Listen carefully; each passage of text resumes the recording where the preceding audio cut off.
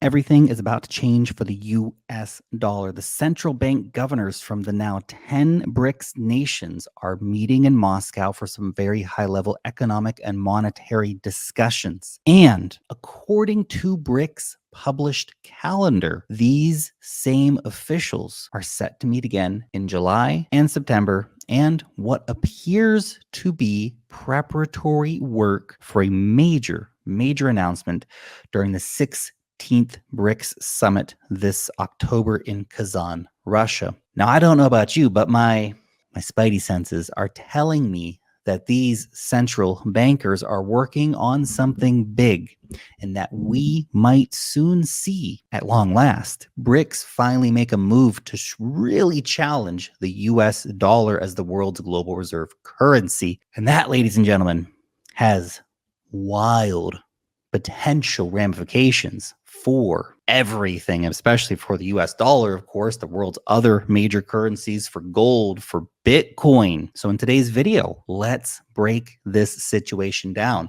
Let's try and get a good look at what BRICS is up to and see if we can get a better understanding of how these things might actually play out. So let's start off with a brief overview of BRICS and how it fits in to the larger global economic order that we currently see. Now, BRICS is a geopolitical and economic bloc that currently consists of 10 different nations: Brazil, Russia, India, China, South Africa. Those 5 make up the BRICS name. I think they're going to need a name at this point, by the way. Then recently we got Saudi Arabia, the UAE, Iran, Egypt, and Ethiopia all added to it. Combined together, BRICS represents 45% of the global population and 37% of the world's GDP. Also, do note that there are another 15 countries that have formally applied for membership, with an additional 25 countries that have expressed interest in joining.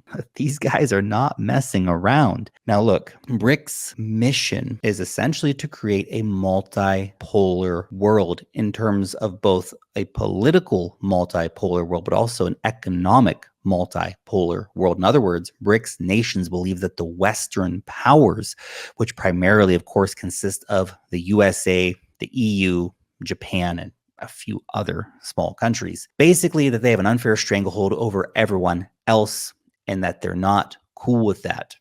And of course, things like the weaponization of the dollar have not helped the cause here. So does the West have an unfair advantage over the rest of the world? Well, yeah, they do. And it's called the US dollar. You see, in a post-nuclear world, power really isn't gained through traditional warfare anymore. The stakes are too high. Nobody wants nuclear Armageddon. But rather, it's done through economic dominance. And what better way to maintain that economic dominance than by controlling the money printers? I mean, just think about it. All these countries in the world, they have to depend on what the Fed decides to do. How much money will they print? All this stuff, it affects them and they have no control over it. So BRICS knows that if they can knock the dollar off its pedestal, it will weaken the West, give them more power. And let's just take a moment to appreciate, of course, the precarious position that the US dollar actually finds itself in anyway. See, if you've ever wondered how the USA is actually able to continue going into more and more and more and more debt, 34 trillion currently, adding another trillion every few months at this point, and yet it all happens without seemingly devaluing its dollar, at least not too much. Part of the answer, of course, is because the country has so far convinced the rest of the world to be its long-term creditor. So long as the world is willing to buy US debt, the US treasuries and bonds and whatever, then the country will have cash on hand and they will keep kicking the can down the road. The problem, however, is that if enough nations decide to stop playing this game, all those dollars will return back home and possibly trigger a major economic crisis. So on the ground, BRICS is setting up a competing financial system that basically mirrors that of what the West currently has going. BRICS' new development bank is the equivalent to the West's international mafia fund, monetary fund. BRICS Pay, for example, competes with the SWIFT payment system, which again is a Western-led, Western-dominated financial system that frequently excludes countries from the global South. And then there's the BRICS Global Reserve Currency, which has yet to be officially announced, but it's largely thought that it'll be backed by commodities, gold, oil, stuff like that. Now that we understand the players in the game, let's dig into the details. First, what do we really know about a possible BRICS global reserve currency? Well, to be honest, not a ton. They're keeping a bit tight-lipped about it. Much of it's still shrouded in mystery. But here's what we do know from public statements. BRICS first mentioned it back in 2009, back when the BRICS alliance wasn't quite as strong as it is today. Things ramped up in 2022, of course, when the conflict in Ukraine started. The West seized $300 billion of Russian assets. President Vladimir Putin came out and announced that the new currency would be based on a basket of BRICS nations' currencies, meaning that it would likely derive its final value from a combination of currencies, the Russian ruble, Brazilian real, Indian rupee, Chinese yuan, etc. Plus, perhaps, again, bringing in those commodities. And that's where the 15th BRICS summit comes in last year, because officials signaled that the new currency might actually be backed by, in particular, gold. And what have central banks been doing in those countries? Buying gold. However, 2 months ago, a Kremlin aide in a Russian news interview stated that the new currency would be blockchain-based as well. Are you seeing what's going on? Blockchain-based gold-backed currency to challenge the dollar, which has no clothes. The emperor has no clothes right now, and that's the dollar. So putting this all together, it's possible that the new currency could end up being some type of central bank digital currency backed by a basket of BRICS fiat currencies, gold, perhaps oil, perhaps some hybrid combination between the two. We're just going to have to wait for the official announcement to come out to try to really understand what it is. Now, before we continue with our US dollar meltdown and the implications this has for, well, your pocket, let me interrupt the flow real quick to let you know about the best damn newsletter in the cryptocurrency business. My newsletter. Okay, it's pretty awesome. It's called Wealth Mastery. Every week, my team and I work very hard to bring you the latest and the best happening in the markets, the best insights that you need to know to stay ahead of the curve. Airdrops, altcoin news, deep dives, NFTs, technical analysis charts, and more. You can join our 125,000 weekly readers and sign up for free using the link down below in the description, or you can find it in the pinned comment on X. Back to it. So what's very interesting about the gold theory is the fact, again, that some BRICS nations, they have been gobbling up wild amounts of gold. In April, the People's Bank of China increased its gold reserves for the 18th straight month in a row. In 2023, the bank added more gold to its reserves than in the past 50 years combined. Russia has basically 4x'd its gold reserves from 2009 to 2020. And then the government pegged the ruble to gold in early 2022. And India has increased its gold reserves by 40% since 2018. And as of Q1 2024, Russia, China, and India are now the 5th, 6th, and 8th largest gold holders by country, respectively, of course.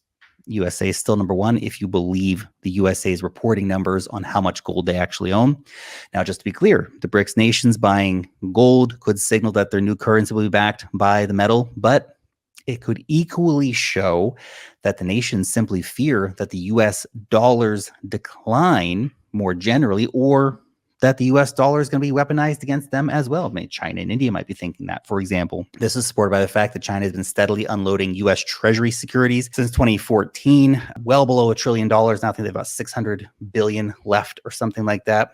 This act, of course, weakens the US dollar. China doesn't want to buy US debt anymore, especially because of the ongoing trade wars and stuff like that. So it's unclear if all this is for that purpose or if these nations are just seeing the writings on the wall. Now, let's get an idea as to what could happen to the dollar's value if the BRICS nations were to successfully dump the dollar and de-dollarize their economies. Very hypothetical scenario with some simple back of the napkin math here, okay? Let's see what we find. Now look, your boy ain't a PhD in macroeconomics here, okay? So take all this with a grain of salt. But assume that the 10 BRICS nations woke up tomorrow and completely de-dollarize their entire economies.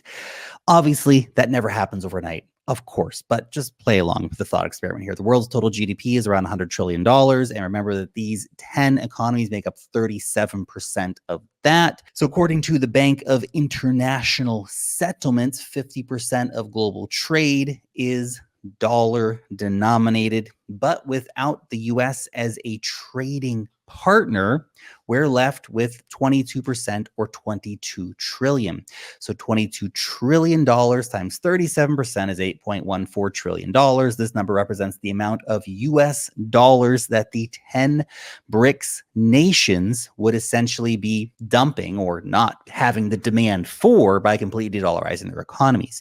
So we can assume if the BRICS nations completely de-dollarized overnight, about $8.14 trillion would find its way back to U.S. shores of money that's no longer being demanded by the global economy. The U.S.'s current M2 money supply sits at $20.8 trillion. This is the amount of total dollars circulating in the U.S. of another $8 trillion. Again, not being there's a lot of extra money floating around in that situation, right?